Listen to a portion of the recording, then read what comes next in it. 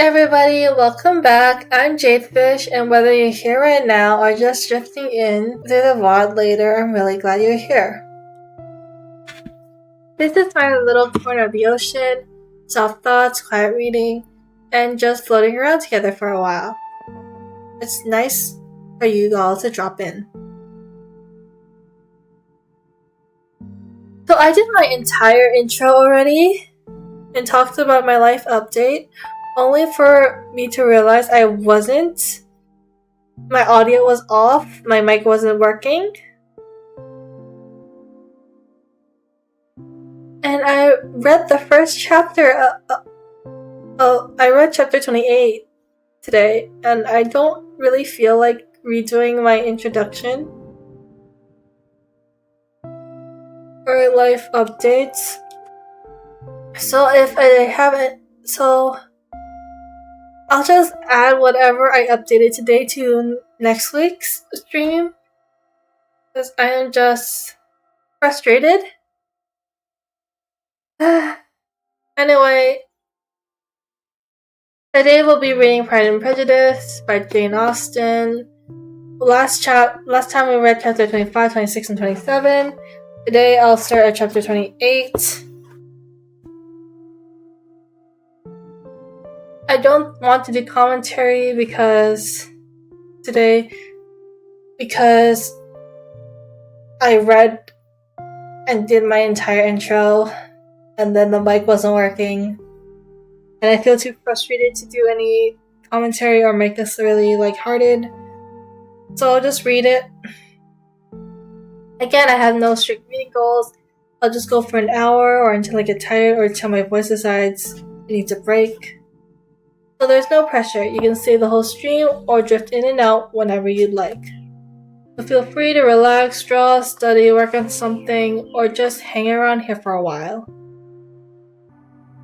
Alright. Let's drift back into the story. This is Pride and Prejudice by Jane Austen, starting at chapter 28. Every object in the next day's journey was new and interesting to Elizabeth, and her spirits were in a state of enjoyment, for she had seen her sister looking so well as to banish all fears for her health, and the prospect of her northern trip was a constant source of delight. When they left the high road for Lane to Hunsford, every eye was in search of Penson's age, and every turning expected to bring it in view. The palings of Rosling's Park was their boundary on one side. Elizabeth smiled at the recollection of all she had heard of its inhabitants. The length of parsonage was discernible. The garden sloping to the road, the horse standing in it, the green pales and laurel hedge, everything declared that they were arriving. Mr. Collins and Charlotte appeared at the door, and the carriage stopped at a small gate, which led by a short gravel walk to the house, amidst the notes and smiles of the whole party. In a moment, they were all out of the chaise, rejoicing at the sight of each other. Miss Collins welcomed her friend with the liveliest pleasure, and Elizabeth was more and more satisfied with coming, when she found herself so affectionately received. She saw instantly that her cousin's manners were not altered by his marriage. His formal civility was just what it had been, and he detained her some minutes at the gate to hear and satisfy his inquiries after all her family. They were then with no other delay than his pointing out the neatness of the entrance taken into the house. And as soon as they were in the parlor, he welcomed them a second time, for the ostentatious formality to his humble abode, and punctually repeated all his wife's offers of refreshment. Elizabeth was prepared to see him with all his glory, and she could not help fancying that in displaying the good proportions of the room, its aspects and its furniture, he addressed himself particularly to her, as if wishing to make her feel what she had lost in refusing him. But though everything seemed neat and comfortable, he was not able to gratify him by any sign of repentance, but rather looked with wonder at her friend that she could have so cheerful an air, with such a companion. When Mr. Cullen said anything of which his wife might reasonably be ashamed, which certainly was not unseldom, he involuntarily turned her eye on Charlotte. Once or twice she could discern a faint blush, but in general Charlotte wisely did not hear. After sitting long enough to admire every article of furniture in the room, from the sideboard to the fender, to give an account of their journey and of all that had happened in London, Mr. Collins invited them to take a stroll in the garden, which was wide and well laid out, which was large and well laid out, and to the cultivation of which he attended himself. The work in his garden was one of his respectable pleasures, and Elizabeth admired the command of countenance with which Elizabeth talked about the healthfulness of the exercise, and owned she encouraged as much as possible, here leading the way through every walk and crosswalk, and scarcely allowing them an interval to utter the praises he asked for, and every view was pointed out with a minuteness which left beauty entirely behind. He could number the fields in every direction and could tell how many trees were in the most distant clumps.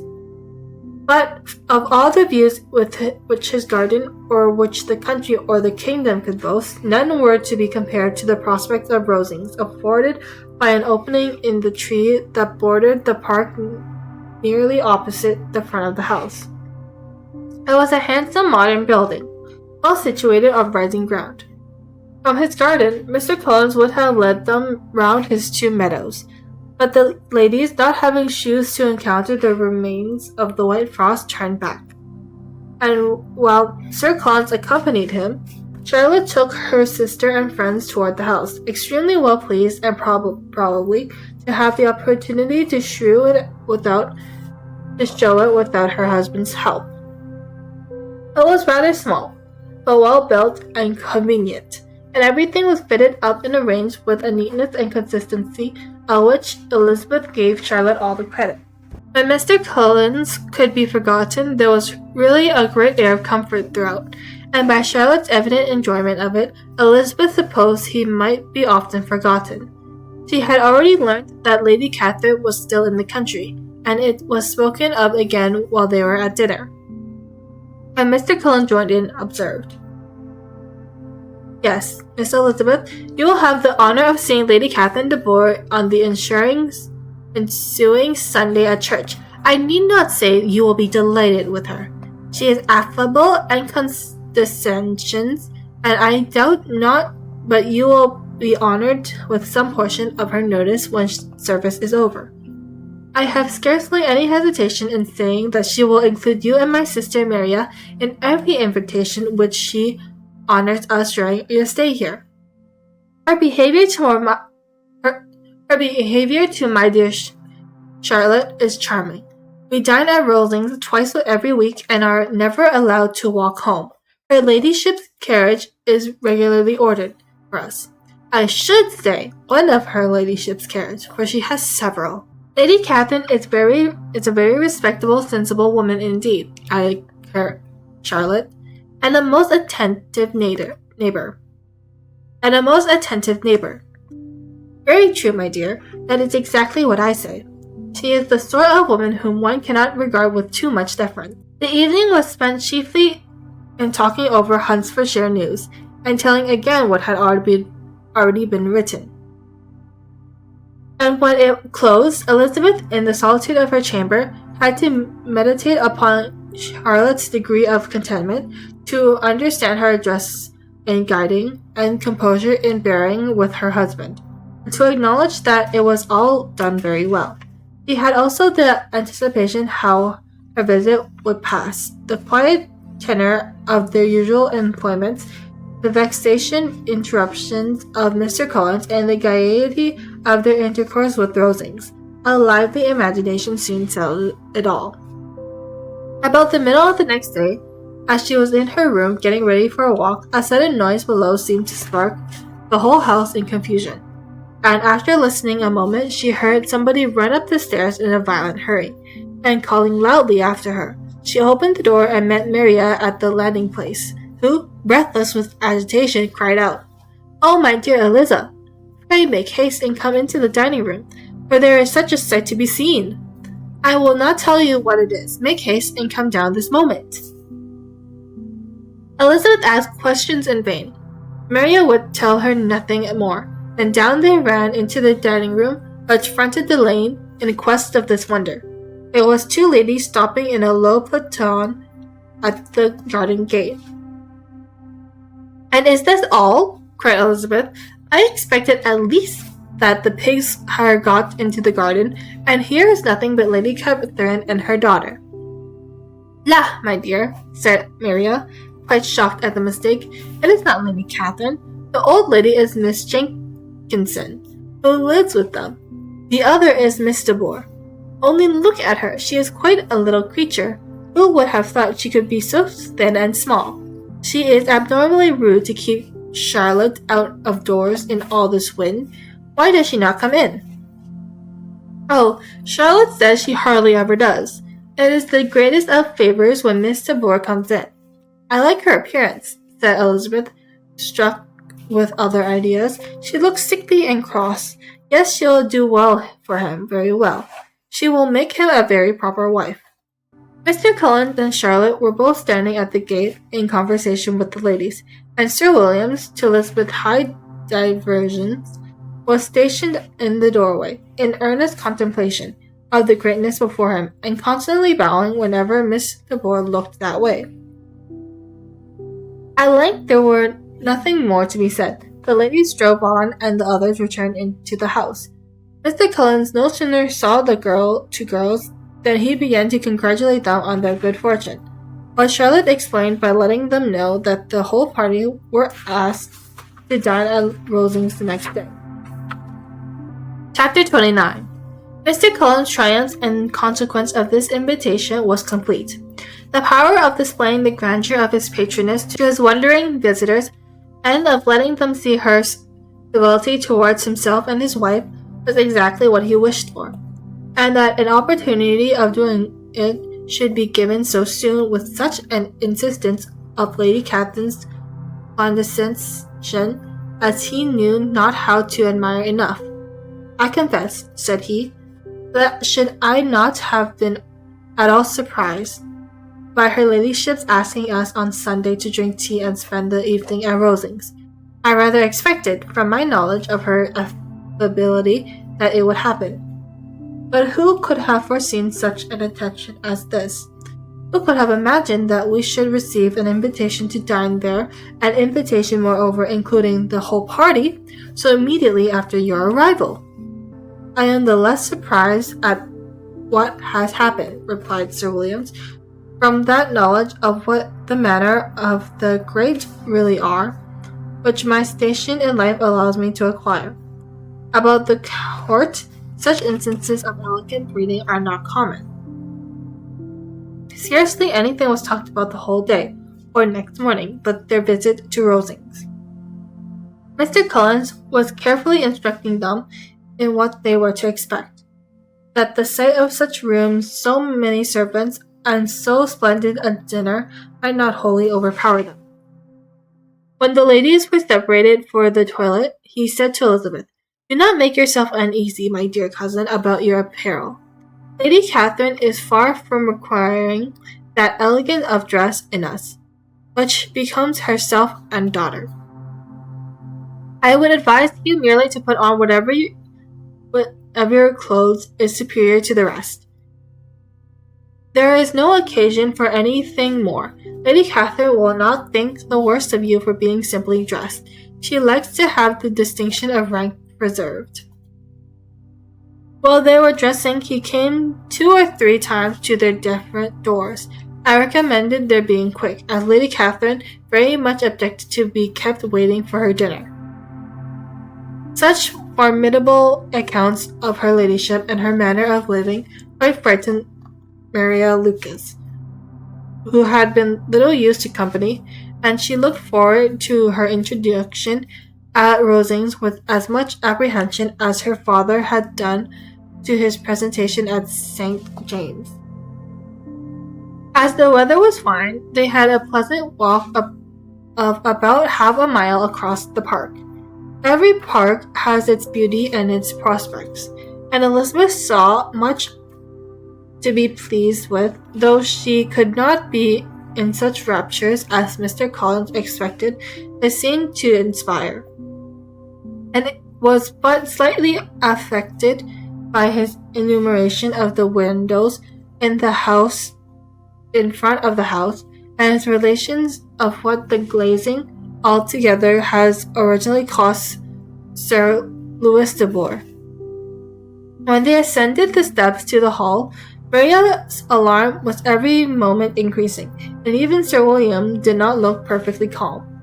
Elizabeth's courage did not fail her.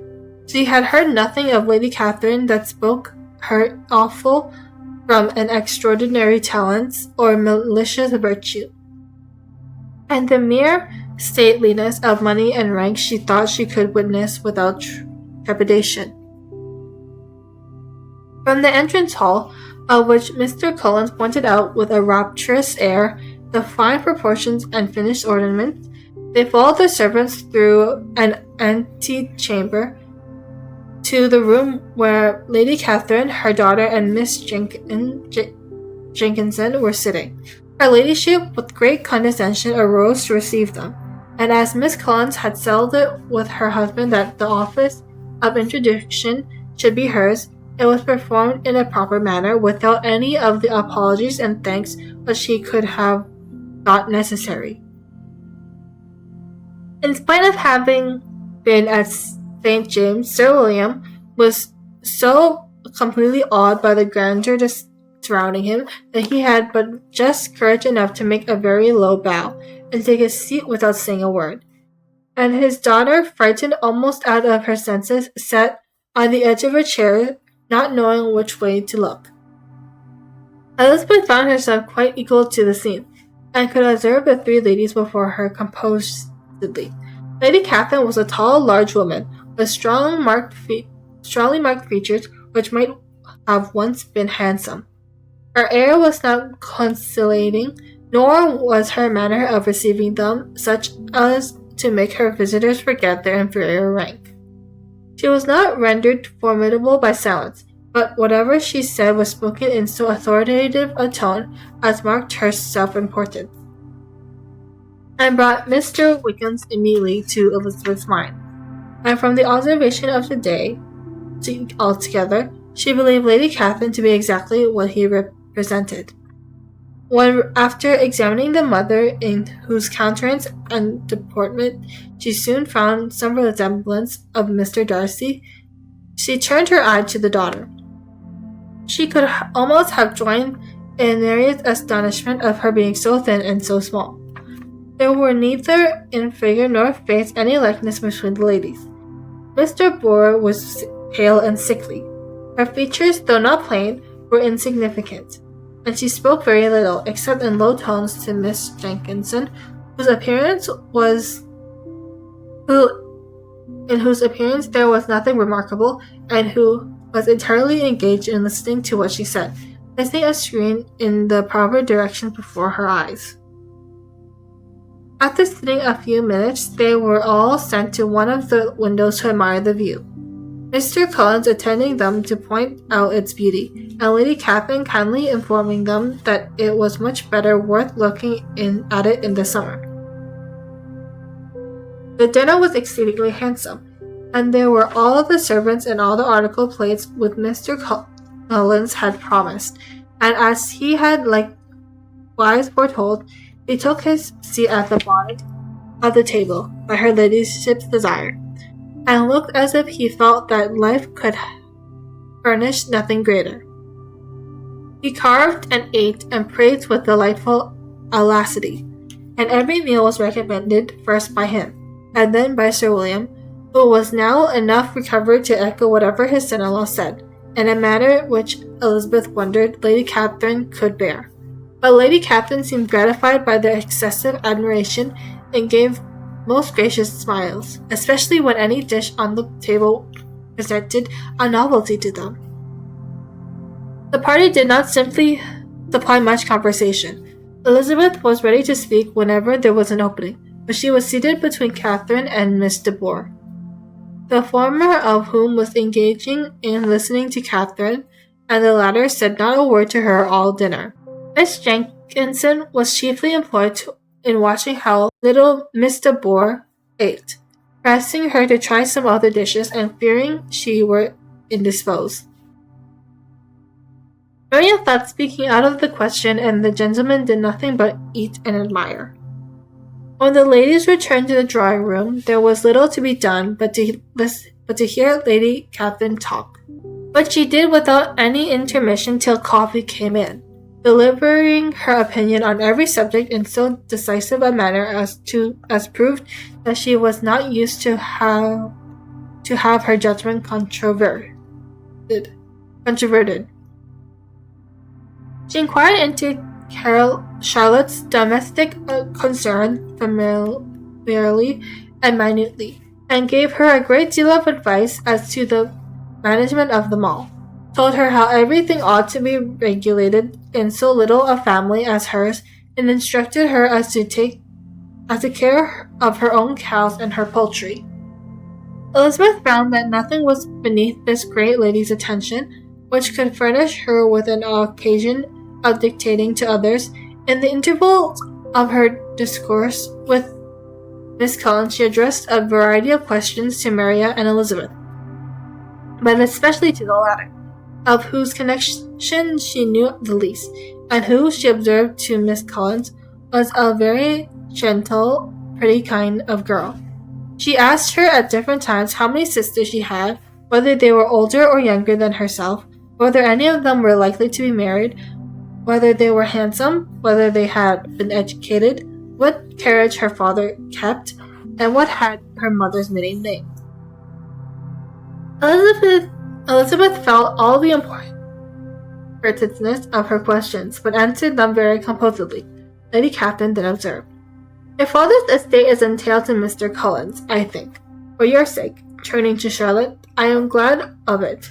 Otherwise, I see no occasion for entailing estates from the female line. It was not thought necessary in Sir Louis de Bourgh's family." "Do you play and sing, Miss Bennet?" "A little." "Oh, then some time or other we shall be happy to hear you.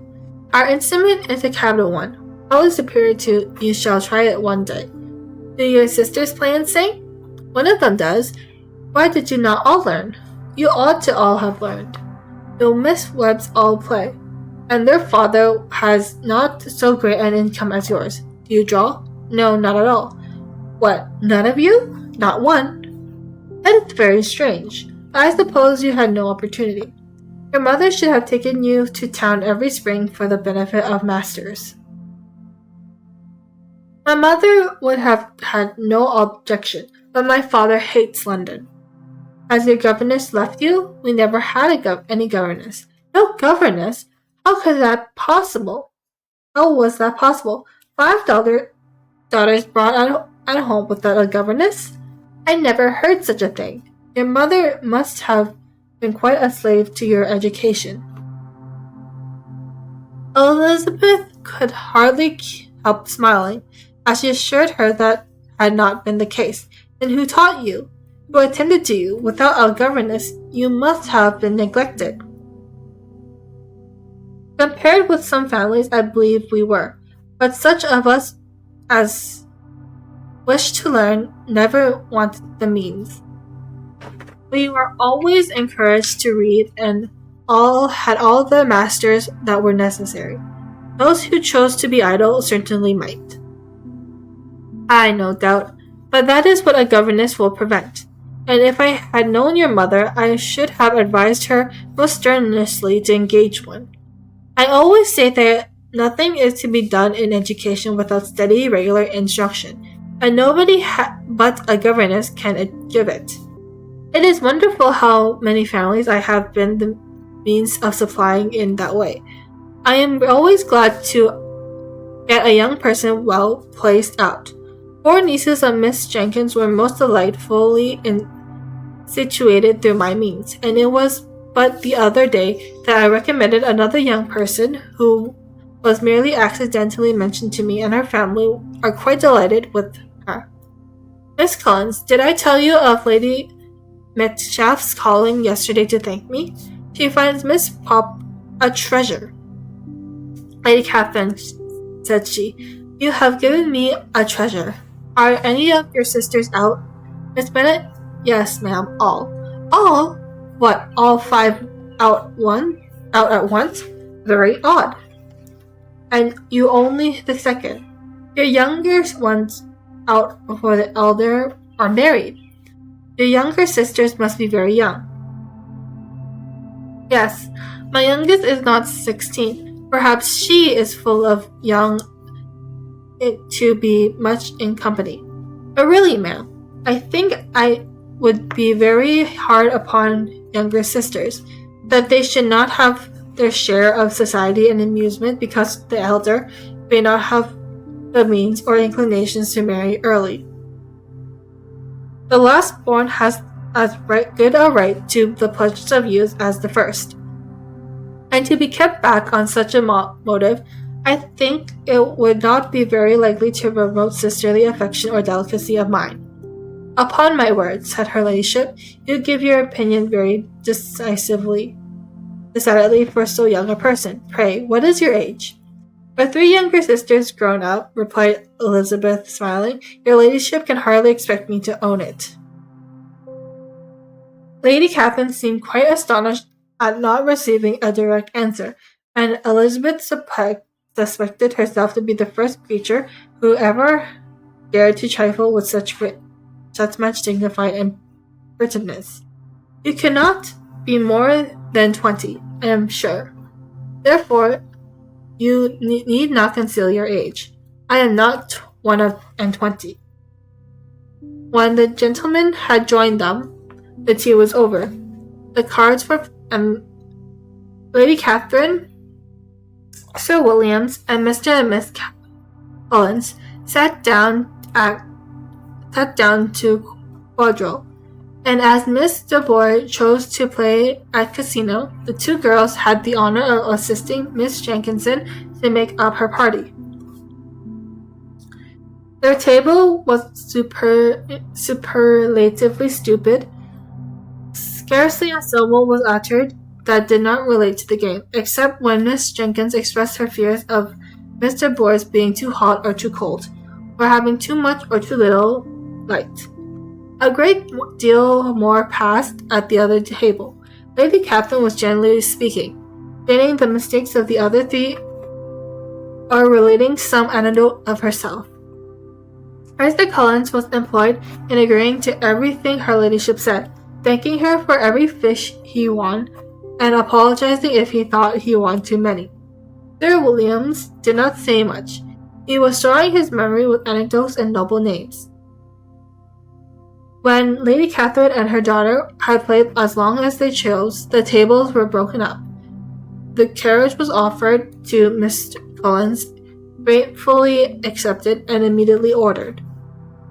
The party then gathered around the fire to hear Lady Catherine determine what weather they were to have on the morrow.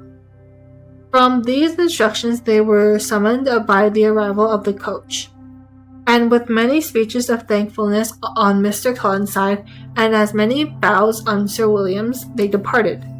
As soon as they had driven from the door, Elizabeth was called on by her cousin to give her opinion of all she had seen in Rosings, which for Charlotte's sake,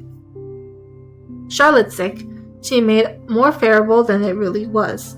Her commendation, though costing her some trouble, could by no means satisfy Mr. Collins, and he was very soon obligated to take his ladyship's praise into his own hands. Chapter 30. Sir William stayed only a week at Hunsford, but his visit was long enough to convince him of his daughter's being most comfortably seated, and of her possessing such a husband and such a neighbor as were not often met with. While Sir Williams was with them, Mr. Collins devoted his morning to driving him out to his gig and showing him the country. But when he went away, the whole family returned to their usual employments. and Elizabeth was thankful to find that they did not see more of her cousin by the alteration. For the chief of the time spent between breakfast and dinner was now passed by him either at work in the garden or in reading or writing, and looking out the window in his own book-room, which fronted the road. The room in which the lady sat was backwards. Elizabeth had rather wondered that Charlotte should not prefer the dining parlour for common use. It was a better-sized room, and had the pleasanter aspect. But she soon saw that her friend had an excellent reason for what she did, for Mr. Collins would undoubtedly have been much less in his own apartment, had they sat in one equally lively, and she gave Charlotte credit for the arrangement. From the drawing-room they could distinguish nothing in the lane, and were indebted to Mr. Collins for the knowledge of what carriage passed along, and how often equally Mr. Boyd drove by in her phaeton, which he never failed coming to inform them of.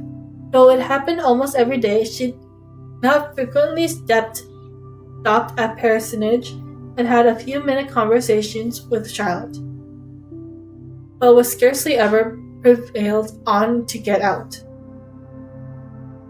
Very few days passed out in which Mr. Collins did not walk to Rosings, and not many in which his wife did not think it necessary to go likewise, until Elizabeth recollected that there might be other families' livings to be disposed of.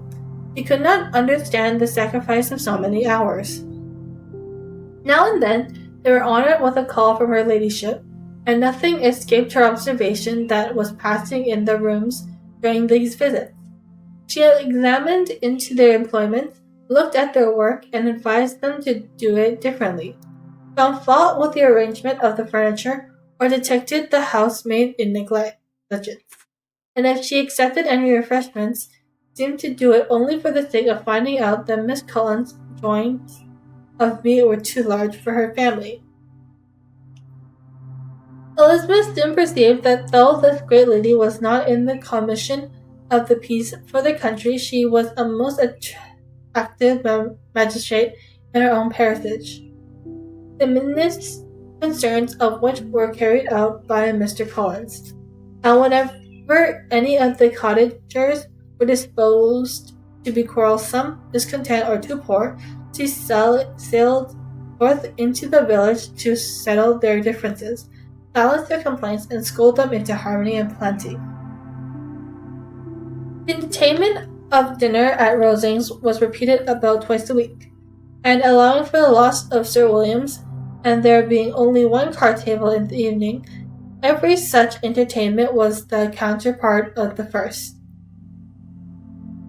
Their other engagements were few, as the style of living of the neighbourhood in general was beyond the Cullens' reach. This, however, was no evil to Elizabeth, and upon the whole she spent her time comfortably enough. There were half-hours of pleasant conversation with Charlotte, and the weather was so fine for the time of year, and she had often enjoyment of outdoors. Her favourite walk, and where she frequently went while others were calling on Lady Catherine, was along the open grove which edged that side of the park, where there was a nice sheltered path which no one seemed to value but herself, and where she felt beyond the reach of Lady Catherine's curiosity. In this quiet way, the first fortnight of her visit soon passed away. Easter was approaching, and the week preceding was to bring an addition to the families at Rosings, which in no small circle must be important. Elizabeth had heard soon after her arrival that Mr. Darcy was expected there in the course of a few weeks, and though there were not many of her acquaintance whom she did not prefer, his coming could furnish one comparatively new to look at in their Rosings parties, and she might be amused in seeing how hopeless Miss Bingley's design over him were. By his behaviour to his cousin, and for whom he was evidently destined by Lady Catherine, who talked of his coming with the greatest satisfaction, spoke of him in terms of the highest admiration, and seemed almost angry to find that he had already been frequently seen by Miss Lucas and herself. His arrival was soon known at parsonage, for Mr. Collins was walking the whole morning within view of the lodge opening into Longswitch Lane, in order to have the earliest assurance of it, and after making his bow as the carriage turned into the park, hurried home with the greatest intelligence. On the following morning, he hastened to Rosings to pay his respects. There were two nephews of Lady Catherine to require them, for Mr. Darcy had brought with him a Colin Fitzwilliams, the younger son of his uncle Lord, and to the great surprise of all the party, when Mr. Collins returned, a gentleman accompanied him. Charlotte had seen them from her husband's room crossing the road, and immediately ran into the other, told the girls what an honor they might expect, adding, "I may thank you, Eliza, for this piece of civility. Mr. Darcy would never have come so soon to wait upon me." Elizabeth had scarcely time to discern all right to the compliment before their approach was announced by the door bell, and shortly after the three gentlemen entered the room. Colin Fitzwilliams, who led the way, was about 30, not handsome, but in person and address most truly the gentleman. Mr. Darcy looked just as he had been used to look in Hertfordshire, paid his compliments with his usual reserve to Miss Collins, and whatever might be his feelings towards her, met her with every appearance of composure. Elizabeth merely curtsied to him, without saying a word. Collins Fitzwilliams entered into the conversation directly with the readiness and ease of a well-bred man, and talked very pleasantly. But his cousin, after having addressed a slight observation on the house and the gardens to Miss Collins, sat for some time without speaking to anybody. At length, however, his civility was so far awakened as to inquire Elizabeth after the health of her family. She answered him in the usual way, and after a moment's pause added, "My elder sister has been in town these 3 months. Have you never happened to see her there?" She was perfectly sensible that she never had, but she wished to see whether he would betray any consciousness of what passed between the Bingleys and Jane. She thought he looked a little confused as he answered that he had never been so fortunate as to meet Miss Bennet. The subject was pursued no further, and the gentleman soon afterwards went away.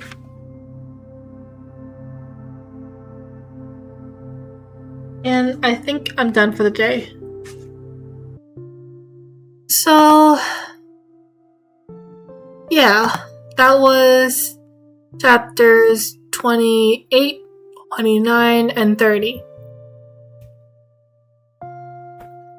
I am getting tired now. I was actually planning to read chapter 31 too, since it was also a shortish chapter. But because the mic issue from the beginning, my throat got more tired quickly. So I think I'll stop here. I hope you enjoyed it. I hope my voice gave you a little comfort during these trying times. And yeah, I hope to see you soon. I wish you a wonderful day, a lovely night, and if you're sleeping, peaceful dreams. Goodbye!